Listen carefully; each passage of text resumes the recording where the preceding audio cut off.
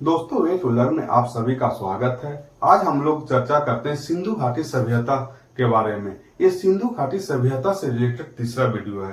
पहले का वीडियो में आप लोगों ने देखा होगा कि आखिर सिंधु घाटी सभ्यता इस सभ्यता को कहते क्यों है, या हड़प्पा सभ्यता इस घाटी को कहते क्यों है, इस बारे में चर्चा किए थे।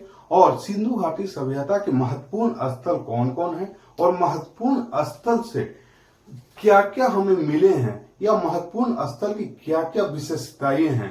तो जितने भी फैक्ट पीटी एग्जाम में पूछे जाने लायक संभावना थे या पूछे जाते हैं लगभग उसमें सभी कवर हो गए हैं। किंतु आप लोग देखते होंगे यूपीएससी या पीसीएस के एग्जाम में सिर्फ फैक्ट से काम नहीं चलता है, उसमें कंसेप्ट बेसिस भी क्वेश्चन पूछे जाते हैं। तो ये कंसेप्चुअल क्वेश्चन आपसे छूटे नहीं, इसलिए ये वीडियो आप लोग के सामने मैं लाया हूं, जिसमें सिंधु घाटी सभ्यता के कैसा राजनीतिक संरचना था, कैसा सामाजिक संरचना था, कैसा वहां के आर्थिक व्यापार था, कैसा वहां के धर्म था, उसके बारे में आप लोग को कंसेप्चुअल जानकारी मिल जाएगी। तो जो भी फैक्ट आधारित या कंसेप्चुअल आधारित क्वेश्चन होगा आपसे नहीं छूटने वाला है। ठीक है, तो आज हम लोग चलते हैं सिंधु घाटी सभ्यता के राजनीतिक जीवन के बारे में जानते हैं। पहले तो राजनीतिक जीवन आप लोग पिछला वीडियो में देखा होगा कि चूंकि साहित्यिक साक्ष्य नहीं मिलते हैं, वहीं पुरातात्विक साक्ष्य जो है अनुपलब्ध है। पुरातात्विक साक्ष्य मुहर या खुदाई के माध्यम से जो मिले हैं उसी के बाद से सिंधु घाटी सभ्यता के बारे में हमें पता चल पाता है। तो वहीं उपलब्ध जो भी जानकारी है उससे स्पष्ट जानकारी सिंधु घाटी सभ्यता के राजनीतिक संरचना के बारे में नहीं मिल पाती है। वहीं हंटर महोदय ने इसे सिंधु घाटी सभ्यता को जनतांत्रिक पद्धति बताया है। वहीं मैके महोदय ने प्रतिनिधियात्मक सरकार बतलाया है यहाँ पे। वहीं अस्टुगर्ट पिगट ने पुरोहितों का यहाँ पे शासन बतलाया है। अस्टुगर्ट पिगट ये एग्जाम में अक्सर पूछा भी जाता है, पुरोहितों का शासन कौन बतलाया, तो अस्टुगर्ट पिगट ने बतलाया है। अस्टुगर्ट पिगट ने हड़प्पा एवं मोहनजोदड़ो को दो अलग अलग राजधानी बताया है। यहाँ तक कि पिगट महोदय ने हड़प्पा और मोहनजोदड़ो के जो दो जुड़वा राजधानी की भी संज्ञा दिए हैं। तो दो जुड़वा राजधानी की संज्ञा हड़प्पा और मोहनजोदड़ो को किसने दिया है, ये भी एग्जाम में पूछा गया है। तो अस्टुगर्ट पिगट महोदय ने बताया है। वहीं लोकप्रिय विचार है कि सिंधु घाटी सभ्यता में शिल्पियों और व्यापारियों का यहाँ पे शासन चलता था। तो ये हो गया जो भी उपलब्ध साक्ष्य है उसके आधार पर सिंधु घाटी सभ्यता के राजनीतिक जीवन। अब हम लोग चलते हैं सामाजिक जीवन। समाज की सबसे छोटी इकाई परिवार थी, क्योंकि इस समय परिवार विकसित हो गया था और लोग अपने अपने कबीले में या अपने निवास बना करके अस्थायी रहने लगे थे। ठीक है, यहाँ का समाज संभवतः मातृसत्तात्मक था। मातृसत्तात्मक यानी मातृ को ज्यादा वहां पे वैल्यू था। एक औरत के गर्भ से पेड़ निकलता हुआ भी दिखाई दिया है, यानी मातृ देवी की भी पूजा वहां पे होती थी। इसी से अंदाजा लगाया गया है कि मातृ सत्तात्मक सरकार था और औरत को ज्यादा वहां पे वैल्यू था। ठीक है, नगर नियोजन, दुर्ग, मकानों के आकार व रूपरेखा तथा शवों को दफनाने के प्रकार को देखकर समाज बहुस्तरीय वर्ण विभाजन का संकेत देता है। जैसे पुरोहित हो गया, व्यापारी हो गया, योद्धा हो गया और श्रमिक हो गया। नगर नियोजन जो भी है था उसी से अंदाजा लगाया जाता है। आप देखे होंगे कि नगर भी दो पार्ट में, एक दुर्ग और एक रिहायशी इलाका में बटा हुआ था। दुर्ग को जहां घेरा जाता था वहीं रिहायशी इलाका अलग रहता था। तो ठीक है, इससे अंदाजा लगाया जाता है कि यहाँ 4 वर्गों के लोग रहते थे। ठीक है, और 4 प्रजाति भी यहाँ सिंधु घाटी सभ्यता में थे। एक भूमध्य सागरीय, प्रोटो ऑस्ट्रेलाइड, मंगोलाइड और अल्पाइन, ये 4 प्रजाति भी सिंधु घाटी सभ्यता में रहते थे। सिंधु घाटी के लोग ऊनी एवं सूती वस्त्र का भी इस्तेमाल करते थे। इन्होंने कढ़ाईदार वस्त्र भी पहनते थे। कढ़ाईदार वस्त्र का सबसे अच्छा एग्जाम्पल आप लोग को मोहनजोदड़ो से एक तिब्बतिया साल ओढ़े एक जोगी की मूर्ति मिली है। तो मोहनजोदड़ो से जो जोगी की मूर्ति मिली है तिब्बतिया साल ओढ़े हुए, वो आपका कढ़ाईदार का अच्छा प्रमाण देता है। ठीक है, यहाँ के लोग शाकाहारी एवं मांसाहारी दोनों थे। शाकाहारी भी यहाँ के लोग थे, मांसाहारी भी थे। यहाँ घर के आंगन में हड्डियां मिला है, तो उससे लोग अंदाजा लगाया है कि यहाँ के लोग मांसाहारी थे, मांस भी खाते थे। हड्डियों के साक्ष्य में लोग पता लगाए हैं। ठीक है, यहाँ मनोरंजन के साधन विकसित था। मछली पकड़ना, शिकार करना, पशु पक्षियों को आपस में लड़ाना, चौपड़, पासा खेलना, ये मनोरंजन के साधन थे सिंधु घाटी सभ्यता में। मोहनजोदड़ो में ईंटों के बने 2 अधूरे गेम बोर्ड मिले हैं, इसलिए यहाँ कह सकते हैं कि मनोरंजन के भी अच्छा साधन था। यहाँ के लोग उन्नत व्यवस्था में थे। ठीक है, मोहनजोदड़ो में ईंटों के बने 2 अधूरे गेम बोर्ड मिले, वहीं लोथल में कुत्ता, मेढक, बैल की आकृति वाली गोटियां मिली हैं।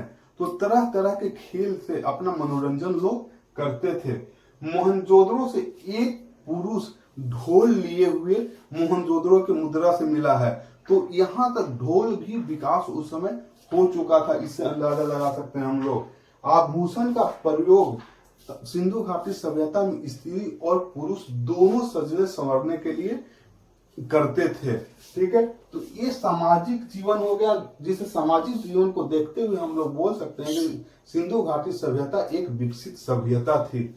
अब हम लोग देखते हैं सिंधु घाटी सभ्यता के आर्थिक जीवन कैसा था। आप लोग पिछला वीडियो में देखा होगा कि आर्थिक जीवन, इस समय लोग अस्थाई अधिवास की संकल्पना अपनाने लगे थे। अस्थाई अधिवास, शिकारी पशुओं को पालना शुरू कर दिए थे। कुत्ता को पहली बार कुत्ता को पालतू बनाया था मनुष्य ने।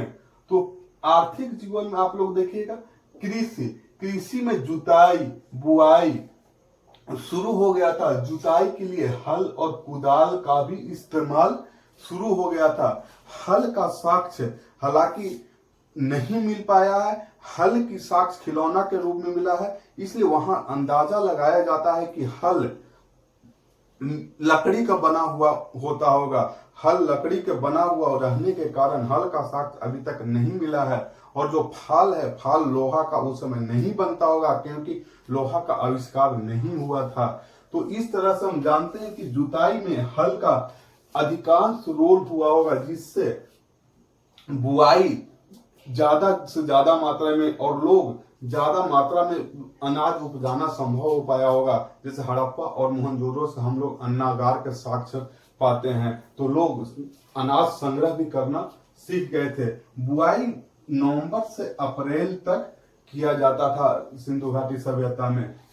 कृषि में कपास महत्वपूर्ण फसल थी। सबसे पहले विश्व में सिंधु घाटी सभ्यता में ही कपास का इस्तेमाल या कपास की खोज हुआ। कपास की खोज आप देख रहे होंगे कि सादे और कढ़ाईदार या ऊनी एवं सूती वस्त्र का जो इस्तेमाल होने लगा था, वो कपास का ही रोल था। कपास के कारण ही सिंधु घाटी सभ्यता में ऊनी और सूती कपड़े का इस्तेमाल होता था। यहाँ का महत्वपूर्ण फसल था गेहूं, जौ, धान, मटर, नींबू, केला। ठीक है, गेहूं की 2 प्रजाति मिली है। गेहूं और जौ सिंधु घाटी सभ्यता के मुख्य फसल था। ठीक है, धान और चावल का भी आपका साक्ष्य मिला है, मटर के साक्ष्य मिला है, नींबू का साक्ष्य मिला है, केला का साक्ष्य मिला है। हड़प्पा सभ्यता या सिंधु घाटी सभ्यता से किस फसल का साक्ष्य नहीं मिला है, वो है गन्ना एवं रागी का साक्ष्य नहीं मिला है। तो एक क्वेश्चन अक्सर पूछता है कि सिंधु घाटी सभ्यता से किस फसल का साक्ष्य नहीं मिला है, तो गन्ना और रागी का फसल है। ठीक है, अब पशुपालन हम लोग देखते हैं। पशुपालन भी विकसित अवस्था में था। सिंधु सभ्यता का आर्थिक आधार था वो पशुपालन था। पशु के माध्यम से हम समझ पाते हैं कि हल चलाना संभव हुआ होगा, उससे अधिक खेत की जुताई संभव हुई होगी। ठीक है, अब उस समय देखेंगे पालतू पशु में कुबड़ वाला बैल अधिकांश प्रसिद्ध था। भैंस, गाय, भेड़, बकरी, कुत्ते, घोड़ा। गुजरात के लोग हाथी भी पालते थे। एक श्रृंगी पशु का अधिक महत्व था। एक श्रृंगी पशु को पूजा भी जाता था। ठीक है। शिल्प एवं उद्योग के बारे में देखते हैं। मिट्टी एवं धातु के बर्तन भी बनाए जाते थे। उस समय देखे होंगे मिट्टी के टेराकोटा भी बनाया जाता था। टेराकोटा पक्की हुई मिट्टी के बर्तन को बोला जाता है। ठीक है। मनके एवं मुहर भी बनाए जाते थे। चाक का निर्माण इस समय हो गया था। चाक के निर्माण से हम लोग समझ सकते हैं कि उस समय बर्तन बनते थे। चाक का निर्माण से हम लोग समझ सकते हैं कि बैलगाड़ी के जो पहिए थे, पहिए बनाना और उसका आविष्कार करना वहां पे प्रारंभ कर दिए थे। एक जगह से दूसरे जगह व्यापार करने के लिए कोई साधन की आवश्यकता थी, वो साधन बैलगाड़ी के रूप में इन लोग इस्तेमाल करते थे।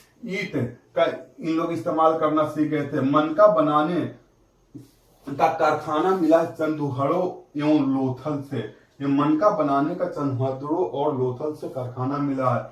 सीप उद्योग भी इस समय विकसित अवस्था में था। सीप उद्योग बालाकोट तथा लोथल से सीप उद्योग का वर्णन मिलता है। ठीक है। अब हम लोग मुहर देखते हैं। मुहर आयताकार एवं वर्गाकार दोनों प्रकार का था। मोहनजोदड़ो से एक मुद्रा पे पशुपति और शिव का चित्रण मिला है। तो कहां से पशुपति एवं गणेश का चित्रण मिला है? वो है मोहनजोदड़ो से।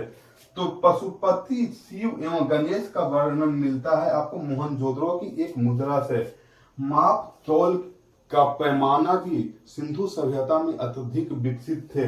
यहाँ के लोग 16 की संख्या में एवं उसके गुणक का प्रयोग माप तौल में करते थे। जैसे 16 हो गया, 32 हो गया, इस टाइप के गुणक के रूप में इन लोग माप तौल में प्रयोग करते थे। ऊपरी स्तर पर दशमलव प्रणाली प्रचलित थी, जबकि निचली स्तर पर द्विभाजन प्रणाली प्रचलित थी।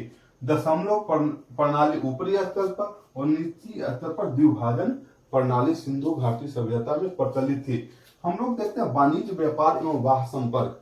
वाणिज्य व्यापार भी सिंधु घाटी सभ्यता में बहुत उन्नत अवस्था में था। वाणिज्य व्यापार के कारण ही सिंधु घाटी सभ्यता में अच्छे अच्छे अस्लों, अच्छे अच्छे नगरों की हम वर्णन देखते हैं। यहाँ पे देखें सिंधु घाटी सभ्यता में 6 नगर के रूप में वर्णित है, 6 स्थल का। तो नगर के रूप में स्थापित करने के लिए एक उन्नत व्यवस्था और उन्नत व्यापार होना चाहिए। ठीक है। वाणिज्य व्यापार आपका आंतरिक और बाह्य दोनों रूप से बहुत ज्यादा विकसित था हड़प्पा काल में। किंतु आप देखिएगा बाह्य व्यापार हड़प्पा सभ्यता के ही पक्ष में था। हड़प्पा सभ्यता के पक्ष में होने के कारण ही हड़प्पा सभ्यता अधिक उन्नत अवस्था में था। ठीक है। वस्तु जल एवं स्थल दोनों मार्ग से होता था, विनिमय द्वारा। और ये व्यापार जो होता था विनिमय माध्यम से होता था। नहीं कि उस समय मुद्रा प्रणाली तो थे ही नहीं। विनिमय माध्यम का मतलब है कि वस्तु का आदान प्रदान के माध्यम से ही व्यापार होता था, क्योंकि मुद्रा प्रणाली उस समय स्थापित नहीं हो पाई थी। ठीक है। व्यापार आपका ईरान, अफगानिस्तान, फारस और मेसोपोटामिया से विदेशी व्यापार होता था। ठीक है। आयात कहां कहां से होता था वो हम लोग देखते हैं। आयात आपको मेसोपोटामिया से डामर या चांदी वहां से मंगवाया जाता था। ठीक है। अफगानिस्तान और ईरान से चांदी, टीन, शीशा और फिरोजा मंगवाया जाता था। जबकि राजस्थान से तांबा अभी भी देखते हैं, ये अक्सर क्वेश्चन में पीछे एग्जाम में पूछा जाता है। राजस्थान से किस चीज मंगवाया जाता था या तांबा कहां से मंगवाया जाता था? वो राजस्थान के खेतरी से मंगवाया जाता था। खेतरी राजस्थान में है। ठीक है। बदकसा है आपका अफगानिस्तान में। बदकसा अफगानिस्तान से लाजवर्द मणि मंगवाया जाता था। वहीं कोलार मैसूर में है, यहाँ से सोना मंगवाया जाता था। तो ये हम लोग देख लिए आयात। अब निर्यात देखिएगा।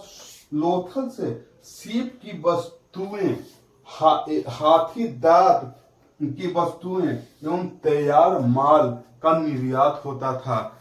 ठीक है। कपास अनाज इत्यादि का निर्यात किया जाता था, क्योंकि बाहर से हम अनाज मुद्रा पे या मुहरे पर अनाज की साक्ष्य भी मिलता है, तो इससे अंदाजा लगा सकते हैं हम कि यह सब चीज का निर्यात होता था। सिंधु घाटी सभ्यता के हम लोग धार्मिक जीवन के बारे में देखते हैं कि वहां के लोगों का धर्म कैसा था, या वो किस तरह के धर्म उन लोग मानते थे। ठीक है, धर्म प्रभावशाली नहीं था वहां का। ठीक है, मंदिर का साक्ष्य कहीं से नहीं मिला है, धर्म हावी नहीं था वहां के लोगों पे। मोहनजोदड़ो से एक बृहद स्नानागार मिला है। बृहद स्नानागार के मिलने से ये एक अंदाजा लगाया जा सकता है कि वहां सामूहिक रूप में लोग स्नान करते थे, और सामूहिक कोई पूजा या कोई फंक्शन होता था वहां पे, सिर्फ मोहनजोदड़ो से हम पता लगा सकते हैं। पूजा पद्धति वहां के था मातृदेवी की लोग पूजा करते थे वहां पे। मातृदेवी को उर्वरता की देवी के रूप में पूजा करते थे। वहां के सोम और रुद्र दोनों रूप से मातृदेवी के पूजा किया जाता था। सोम या रुद्र दोनों रूप में मातृदेवी की पूजा सिंधु घाटी सभ्यता के लोग करते थे। जैसे गर्भ से पौधा निकलता हुआ, ये पृथ्वी की पूजा का सूचक है। ठीक है, नारी की पूजा कुमारी के रूप में होता था।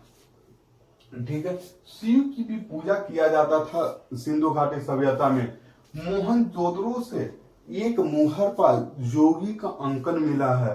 ठीक है, इनकी 3 मुख है, योगी का 3 मुख है और 2 सींग, बाईं ओर बाघ और हाथी है, वहीं दाईं ओर भैंस और गेंडा बैठा हुआ है। आसन का नीचे 2 हिरण हैं। ठीक है, ये मार्शल महोदय ने इसे पाशुपत शिव बोला है। जो हड़प्पा सभ्यता से शिव की मूर्ति या मुहर पर योगी का जो अंकन मिला है, वो मार्शल महोदय ने उससे पाशुपत शिव की संज्ञा दी है।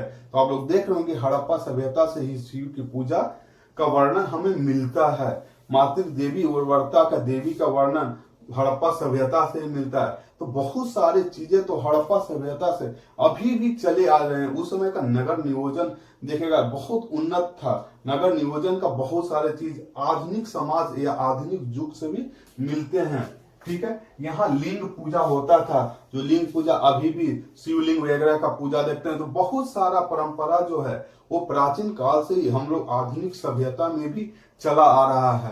ठीक है, तो कोई भी सभ्यता मरता नहीं है, वो निरंतरता उसमें बनी हुई रहती है कुछ न कुछ। पशु पूजा भी सिंधु घाटी सभ्यता में होती थी। मुख्य रूप से सिंधु घाटी सभ्यता में कुबड़ वाले बैल की पूजा किया जाता था। कुबड़ वाले बैल को उन लोग ज्यादा पवित्र मानते थे। ठीक है, वृक्ष पूजा में पीपल, नीम, बबूल की पूजा होती थी, जिसमें पीपल और बबूल को लोग ज्यादा पवित्र मानते थे।